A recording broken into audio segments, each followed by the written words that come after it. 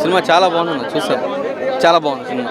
అక్కడ అన్న జీవ గారు యాక్టింగ్ మాత్రం పర్ఫార్మెన్స్ ఎప్పటిలాగానే చాలా బాగా చేశారు. యాజ్ ఇట్ ఈస్ జగన్ గారు ఎలా ఉంటారో యాజ్ ఇట్ ఈస్ అలానే చేశారన్న. చాలా బాగా చేశాడు అన్న. మమ్మిటి గారు ఫస్ట్ ఒక హాఫ్ అన్ అవర్ ఉంటారు. హాఫ్ అన్ అవర్ చేసినా కూడా చాలా పర్ఫార్మెన్స్ ఆయన ఓల్డ్ ఎలా చేస్తాడో యాజ్ ఇట్ ఈస్ ఇంకా మంచిగా చేశాడు. ఎడిపించేశాడు బాగానే. చాలా బాగుంది సినిమా, చాలా బాగుందని చెప్పు. అంటే స్టార్టింగ్ 2009 నుంచి 2019 వరకు అక్కడ కడపలో ఈ రాజకీయాలలో, ఆంధ్రప్రదేశ్ రాజకీయాలలో ఏమైతే జరిగినాయో యాజ్ ఇట్ ఈస్గా తీశారు. కానీ కొత్తగా ఏం తీయట్లేదు. ఏదో ఉన్నట్లే పెట్టారు. కానీ నెగిటివ్ స్ప్రెడ్ అయ్యేలాగా, పాజిటివ్ స్ప్రెడ్ అయ్యేలాగా అట్లా ఇట్లా అని కాకుండా ఉన్నట్లు పెట్టారన్న. జగన్ గారి పాదయాత్ర అన్నీ ఉన్నాయి. ఓకే, బాగా చేశారు. 5కి 3.5. Thank you. యాత్ర 2 మూవీ చూసినా చాలా బాగుంది నిజంగా. మమ్మూటి గారి యాక్టింగ్ అయితే అల్టిమేటెడ్ భయ్యా. ఆ క్యారెక్టర్ ఎలా ఉందంటే మమ్మూటి గారి క్యారెక్టర్ నిజంగా వైఎస్ రాజశేఖర రెడ్డి గారు ఎలా చేస్తారో అంతకు మించి ఉంది నిజంగా. ఇది యాక్టింగ్, అది రియల్ లైఫ్ కాబట్టి నిజంగా చాలా బాగా అనిపించింది అన్న. అలాగే జగన్మోహన్ రెడ్డి గారి క్యారెక్టర్ వచ్చి నిజంగా జీవన్న చేయడం అల్టిమేట్. నిజంగా జగన్మోహన్ రెడ్డి గారు ఎలా చేస్తాడో అలా చేశాడు. మనోడు యాక్టింగ్ అయితే ఇరగొట్టేశాడు. సూపర్గా ఉందన్న. యాత్ర 2 మూవీకి సంబంధించి అయితే డైరెక్షన్ అయితే ఇంకో లెవెల్లో చూపించి అల్టిమేటెడ్ డైరెక్టర్. అలాగే కొడాలి నాని గారి క్యారెక్టర్ కానీ ఆయనదైతే ఒక క్యారెక్టర్ వైజ్ ఎంత చూపించాలి అంతే చూపించిన. ఇంపార్టెన్స్ అనేది ఎక్కువ ఇవ్వలే. జగన్మోహన్ రెడ్డి గారి క్యారెక్టర్ అనేది అల్టిమేట్గా చూపించారు. అంటే తను ఎన్ని కష్టాలు పడి సీఎం పోదాకా వచ్చింది అనేది చాలా సూపర్గా చూపించారు. అలాగే అప్పుడు చూసుకుంటే టీడీపీ పార్టీ కానీ కాంగ్రెస్ పార్టీ కానీ ఇలా పార్టీల గురించి పక్క పెడితే ఈ పార్టీలన్నీ కలిపి జగన్మోహన్ రెడ్డి మీద ఎలా కక్ష సాధింపు అనేది చూపించారు. చాలా బాగుందన్న. అంటే సినిమా లెక్కనే చూడాలి కానీ ఎక్కువ తీసుకోవద్దు అన్నట్టుగా నేనైతే క్లియర్ చెప్తున్నా. బాగుంది సినిమా అయితే ఓవరాల్ సూపర్ అన్న. యాత్ర 2 అనేది బాగుంది. రేటింగ్ అనేది కాదన్న, సినిమా అంటే పొలిటికల్ మీద సినిమాలు రావడం చాలా తక్కువ ఉంటాయి. అందులో ఈజ్ ద బెస్ట్. ఇంకా దీనికంటే రేటింగ్ అంటే రెగ్యులర్గా మనకు వేరే సినిమాలు వస్తుంటేనే దాని మీద రేటింగ్ ఇస్తాం. కానీ వచ్చేదే పొలిటికల్ సినిమా ఎప్పుడో ఒకసారి కాబట్టి 100% బాగుంది అన్న. సినిమా అయితే మొత్తం రియాలిటీ అన్న. నేను అదే చెప్తున్నాను కదా, ఈ సినిమాకి యాత్ర 2 సినిమాకి అనేది ఏంటంటే 4 క్యారెక్టర్లు అన్న. సోనియా గాంధీ గారి క్యారెక్టర్, జగన్మోహన్ రెడ్డి గారి క్యారెక్టర్, వైఎస్ రాజశేఖర రెడ్డి గారి క్యారెక్టర్, అలాగే చంద్రబాబు నాయుడు క్యారెక్టర్, ఈ 4 క్యారెక్టర్ మీద బేస్ అయి తీసిన సినిమానే యాత్ర 2 అన్న. స్క్రీన్ ప్లే ఉంది, మంచి డైరెక్షన్ ఉంది. దాంతోపాటు బయోపిక్ అంటే ఇటువంటి డాక్యుమెంటరీ అంటే చాలా చాలా రీసెర్చ్ చేసి మరి తీయాలి ఇటువంటి సినిమాలు. సో సినిమా పరంగా చూసుకుంటే హైలైట్, అందరికీ నచ్చుతుంది. అంటే స్క్రీన్ ప్లే బాగుంది, మంచి డైరెక్షన్, మంచి రైటింగ్స్, మంచి డైలాగ్స్ కూడా ఉన్నాయి. నేను ఉన్నాను, నేను విన్నాను అనే ఒక డైలాగ్ మనం ఆల్రెడీ చూసాం. అటువంటిది మమ్ముటి గారు యాక్టింగ్ చించేశారు. అటువంటి జీవ గారు యాక్టింగ్ కూడా చించేశారు. ఇంకా ఎవరైతే భారతి గారు ఉన్నారో వైఎస్ జగన్మోహన్ రెడ్డి గారు వైఫ్, ఆవిడ క్యారెక్టర్ కూడా ఎరగదీశారు. వాళ్ళ మమ్మీ క్యారెక్టర్ కూడా బాగుంది. సినిమా పరంగా అంటే నో డౌట్ డాక్యుమెంటరీ కాబట్టి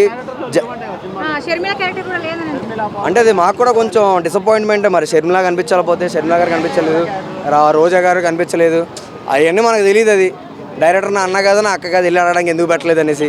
సో సినిమా వరకు వేసావు. సినిమా పరంగా అయితే చాలా బాగుంది, ఒక మంచి ఎంటర్టైన్మెంట్. మరి డబ్బులు, ఇప్పుడు నీ డబ్బులు నీ సినిమా అన్న, నీకు నచ్చినట్టు నువ్వు తీసుకుంటావు. నా డబ్బులు పెడితే నా మీద బయోపిక్ తీసుకుంటాను. 100 మందికి 1,00,000 మందికి నేను ఫ్రీగా 1,00,000 ఇచ్చినట్టు రియల్గా ఉండాలి. మరి వాళ్ళు అంటే ఎలా ఉండదు మనకు అనవసరం. సినిమా పరంగా మీరు నన్ను రివ్యూ అడుగుతున్నారు, సినిమా పరంగా నేను చెప్తాను. అవుట్ ఆఫ్ ది టాపిక్ అది నాకు తెలియదు. నేను మూవీ రివ్యూస్ చెప్తాను. అదే మేబీ ఎలక్షన్ దగ్గరికి వస్తున్నాయి కదా, అవ్వచ్చు. ఎలక్షన్ దగ్గరికి వస్తున్నాయి కాబట్టి ఆయనే సొంతంగా డబ్బులు పెట్టి వేరే వాళ్ళతో బినామీలు పెట్టచ్చు. అవన్నీ మనకు తెలీదు. సినిమా అన్న అది పాలిటిక్స్ అన్న. మనం సపరేట్గా పొలిటికల్ ఇప్పటికే నా మీద కాంట్రవర్సీ ట్రోల్స్ అవుతూ ఉన్నాయి. మీరు నన్ను అంటే ఇప్పుడు ఆల్రెడీ ఆయన సీఎం పదవిలో ఉన్నారు. అది మనం సీఎం ఎవరిగా ఓటు వేయాలో ఏంటని మన చేతిలో లేదు. ఎవరైతే మా ఆంధ్రప్రదేశ్లో ఎవరైతే ఉన్నారో వాళ్ళ చేతిలో ఉంటుంది. వాళ్ళు వేసే ఓటుకి జగన్ ఖచ్చితంగా ఆయనకి ప్లస్ పాయింట్ అండి. ఈ సినిమా ఖచ్చితంగా ప్లస్. ఎందుకంటే ఆయన మీద ఒక నెగిటివ్ లేదు, ఇందులో అంతా పాజిటివే. ఆయన సిబిఐ అరెస్ట్ చేసిన అక్రమ కేసులో పెట్టిందంటే ఆ సెంట్రల్ గవర్నమెంట్ కాంగ్రెస్ పార్టీ చేసిన దానికి ఆమె జైల్లో ఉండడానికి క్లారిటీ చూపించండి ఇందులో. మరి రియల్ మనకు తెలియదు. సినిమా గురించి అయితే సినిమాను చూసి నమ్ముతున్నాం మేము అంతే ప్రస్తుతానికి. అవుట్ ఆఫ్ 10కి ఇచ్చుకోవచ్చండి ఒక 8 అంతే. సీఎం అన్న యాత్ర 2 సినిమా చూడడం జరిగింది. సినిమా చూసిన తర్వాత నాకు ఏమనిపించిందంటే ఆ సినిమా ఎంత చూసాను అనిపించింది. అంత ఘోరంగా అనిపించింది నాకు. అయితే రాజశేఖర రెడ్డి గారు అంటే నాకు చాలా ఇష్టం, చాలా అభిమానం కూడాను. అయితే రాజశేఖర రెడ్డి గారి మరణానంతరం జగన్మోహన్ రెడ్డి గారు సీఎం అయినంతరం సినిమా చూపించారు. ఈ మధ్యలో జరిగినటువంటి కొన్ని పరిస్థితులను బట్టి. అయితే ఏంటంటే కాంగ్రెస్ పార్టీ విలనిజం క్లియర్గా చూపించాడు ఇందులో. నేను కాంగ్రెస్ నాయకులకు కార్యకర్తలకు కోరుకున్నది, ఆంధ్ర తెలంగాణ వాళ్ళు కోరుకున్నది ఒకటే, ఒకసారి సినిమా మీద గట్టిగా స్పందించాలి. మీరే విలన్, 125 సంవత్సరాల పార్టీ ఉన్న అనుభవం ఉన్న పార్టీ మీది. మీ పార్టీని ఇందులో చాలా తక్కువ జీవించారు కాబట్టి మీరు గట్టిగా స్పందించాలి. ఇంకోటి ఏంటంటే జగన్మోహన్ రెడ్డి గారు అరెస్ట్ అయిన 16 నెలలు జైల్లో ఉన్న తర్వాత జగనన్న బాణం అని శర్మిలమ్మ గారు తిరిగారు. కానీ శర్మిలమ్మ గారు ఇందులో జీవించలేదు పాపం. ఫైర్ బ్రాండ్ రోజక్క గారిని జీవించలేదు, వివేకానంద రెడ్డి గారిని జీవించలేదు, కోడికత్తి శ్రీనివాసలో జీవించలేదు, ఎందుకు మనకి కొడాలని జీవించారు. చాలా బాధాకరమైన విషయం. సినిమాలాగా కూడా తీయాలి కదా, ఎవరిని హైలైట్ చేయడం కోసం ఎవరినో తొక్కేసుకోవడం ఎందుకు. కాబట్టి ఈ సినిమా అయితే ప్రేక్షకుల దగ్గర నుంచి వస్తున్నటువంటి ఆదరణ ఏముందంటే సినిమా డిజాస్టర్ ఆఫ్టర్ ఫ్లాప్ అంటున్నారు.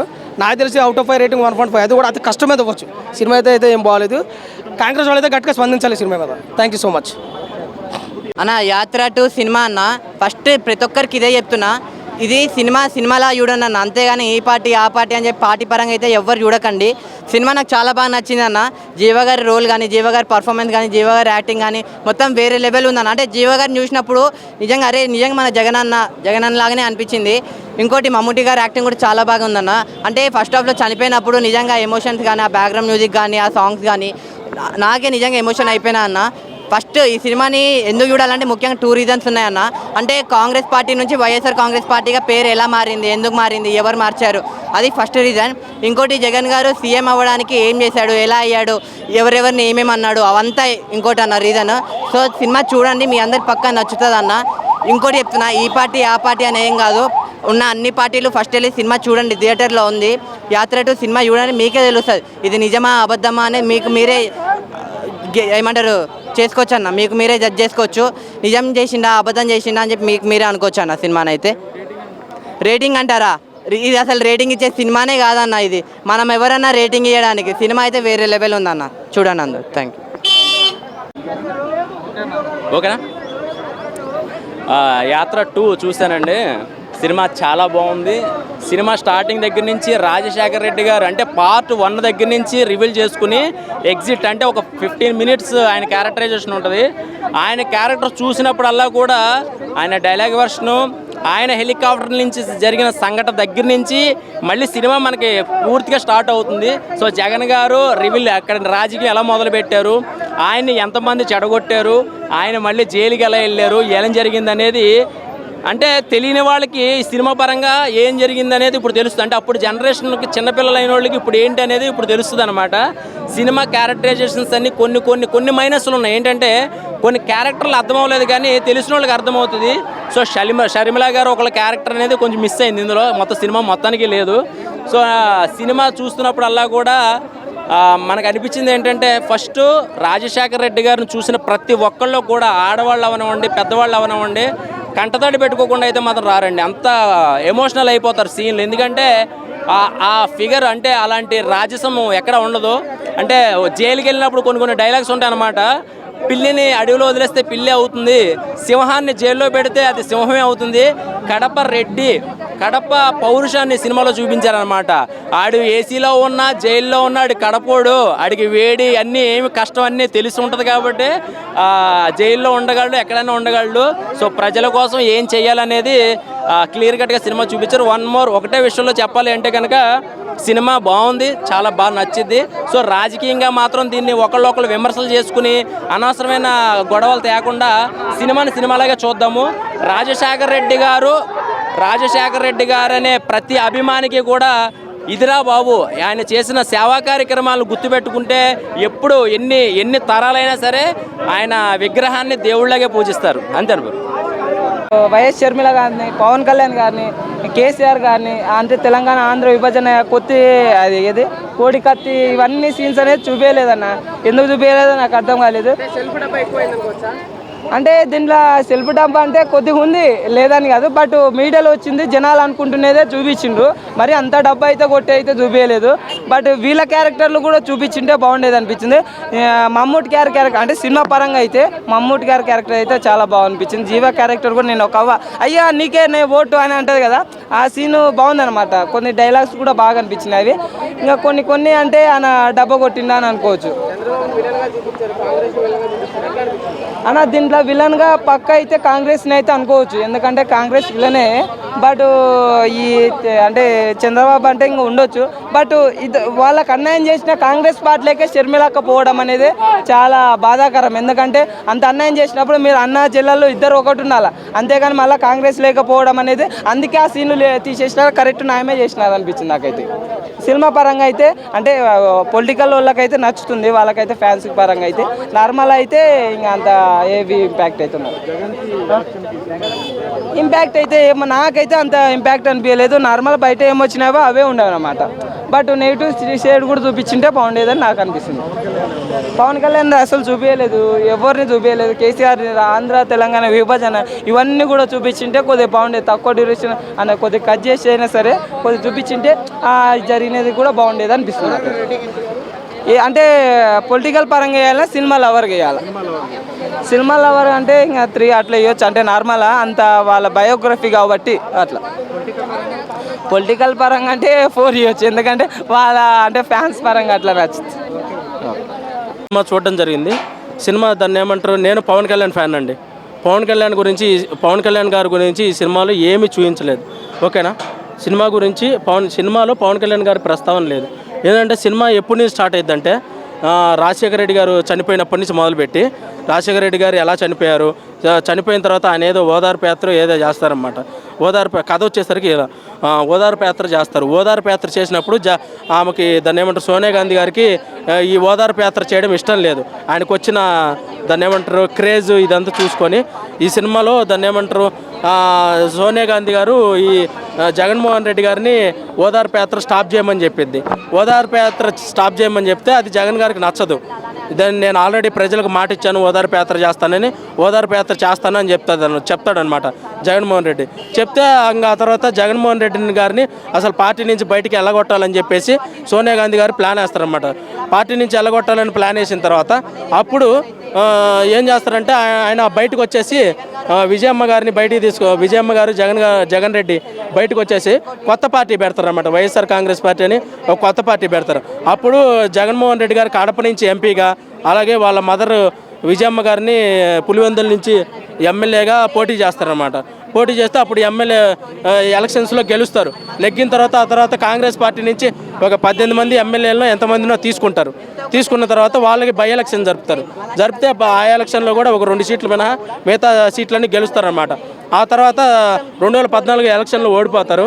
ఆ తర్వాత 2019 ఎలక్షన్ ముందు ప్రజా సంకల్ప యాత్ర స్టార్ట్ చేస్తారు. యాత్ర స్టార్ట్ చేసిన తర్వాత ఆ యాత్ర మొత్తము అయిపోయిన తర్వాత 2019 ఎలక్షన్స్లో ఆయన గెలుస్తారనమాట. సీఎంగా గెలుస్తారు. అంతవరకు సినిమా స్టోరీ అండి. అది స్టోరీ. ఈ సినిమా ఏంటంటే ఈ సినిమా బడ్జెట్ వచ్చేసరికి 30 కోట్లు అండి. ఈ సినిమా డైరెక్టర్ వచ్చేసరికి మహివి రాఘవ అని చెప్పేసి మహివి రాఘవ అనే ఆయన డైరెక్టర్ అనమాట. యాత్ర సినిమా తీసిన ఆయనే అనమాట. ఇప్పుడు ఈ సినిమాకి పవన్ కళ్యాణ్ గారి గురించి కానీ, షర్మిలా గారి గురించి కానీ, అలాగే దాన్ని ఏమంటారు లోకేష్ గారి గురించి కానీ ఈ సినిమాలో ఏముండదు. ప్రజెంట్ పాలిటిక్స్ ఏముండవు. దాన్ని ఏమంటారు అది అప్పుడెప్పుడో జరిగిందనమాట. దాని గురించి మాత్రమే ఉండిద్ది అనమాట. ఈ సినిమాకి పెట్టిన బడ్జెట్ 30 కోట్లు రావాలి అంటే వడ్డీతో కలిపి 40 కోట్లు ఉంటుందండి. అంటే ఇవి డబ్బులు వడ్డీకి తీసుకొచ్చేసి ఈ 30 కోట్లు సినిమా తీస్తారు కాబట్టి ఆ వడ్డీతో 30 కోట్లు ప్లస్ ఈ వడ్డీ కలిపి 40 కోట్లతో ఈ సినిమా తీశారండి. ఈ సినిమాకి పెట్టిన డబ్బులు రావాలంటే ఎమ్మెల్యేగా టికెట్లు వచ్చిన వాళ్ళు ఉంటారు కదా, వైఎస్ఆర్సీపీ తరఫున టికెట్లు వచ్చిన వాళ్ళు వాళ్ళ కార్యకర్తల్ని ప్రతి గ్రామం నుంచి ప్రతి మండలం నుంచి థియేటర్కి తీసుకొచ్చి సినిమా చూపిస్తే పెట్టిన డబ్బు వస్తుంది, లేకపోతే పెట్టిన డబ్బు రాదండి. ఇది నేను చెప్పేది. ఇది థ్యాంక్ యూ. సినిమా రేటింగ్ వచ్చేసరికి 2.5 అండి. 5 out of 5 2.5. Thank you. యాత్ర 2 అన్న, యాత్ర 2 నాకైతే బాగా అనిపించింది అన్న. 2009 నుంచి 2014 వరకు జరిగిన కథే ఈ యాత్ర 2. బట్ యాత్ర 1లో ఓన్లీ మనకి పాదయాత్ర చూపిస్తారు. ఇందులో అలా కాదు. వైఎస్ రాజశేఖర రెడ్డి స్టోరీ కూడా ఒక 20 minutes ఉంటుంది. ఆయన చనిపోయిన తర్వాత ఒక ఎమోషనల్ సాంగ్ వస్తుంది. నిజంగా వైఎస్ రాజశేఖర రెడ్డి గారు నిజంగా గుర్తొచ్చి నిజంగా కంటతడి అయితే పెట్టుకుంటారు చాలామంది. అంటే ఎక్కడైనా ఆంధ్ర అయినా సరే. ఆ తర్వాత ఆయన చనిపోయిన తర్వాత ఒక ఓదార్పై ఆయన కోసం ఎంతమంది అయితే చనిపోయారు, ఎంతమంది కోసం ఓదార్పై యాత్ర కోసం వెళ్తే సోనియా గాంధీ గారు అడ్డేసిన సీన్లు కావచ్చు, ఆయనకి జగన్ ఇచ్చిన కౌంటర్ల సీన్లు కావచ్చు, అయితే గూస్ బంప్స్ అన్నమాట.